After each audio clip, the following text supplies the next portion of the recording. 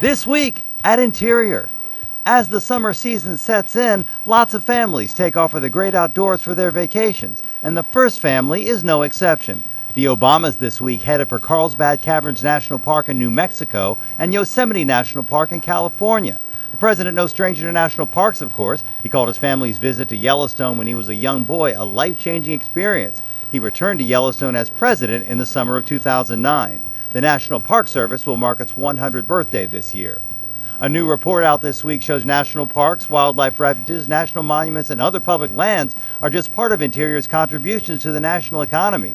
Added to Interior's total recreational and renewable energy portfolio, they spell $106 billion in economic output and support more than 896,000 jobs. Read the whole report at DOI.gov. Secretary Jewell gave the keynote address this week at the Western Governors Association's annual summer meeting at Jackson Hole, Wyoming. She talked about the value of public lands and about the successful collaboration with Western governors when it comes to landscape and wildlife conservation, building resilience, natural resources development, and fighting wildfires.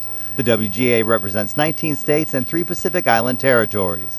Secretary Jewell and Wyoming Governor Matt Mead announcing a plan this week to permanently protect 2 state parcels of land inside Grand Teton National Park that, without action, might have been subject to commercial development. Secretary Jewell calls the agreement a win-win for the state of Wyoming and the National Park Service, one which ensures the long-term protection of important wildlife habitat and breathtaking vistas. 4 employees honored this week with the annual Secretary of the Interior Historic Preservation Awards.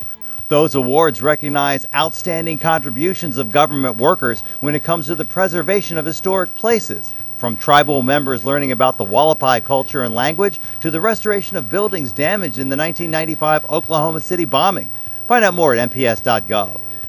And new information from USGS and NOAA shows that the Chesapeake Bay's so-called dead zone, an area with low oxygen content, will be average size or slightly smaller in 2016. In summer, Chesapeake Bay's dead zone grows. The dead zone size is linked to nutrient runoff from farms, wastewater, and other human activity. A dry spring is the main reason this year's dead zone may be smaller than normal. Scientists say with less rainfall, lower amounts of nutrient pollution flow into the Chesapeake. That's this week at Interior.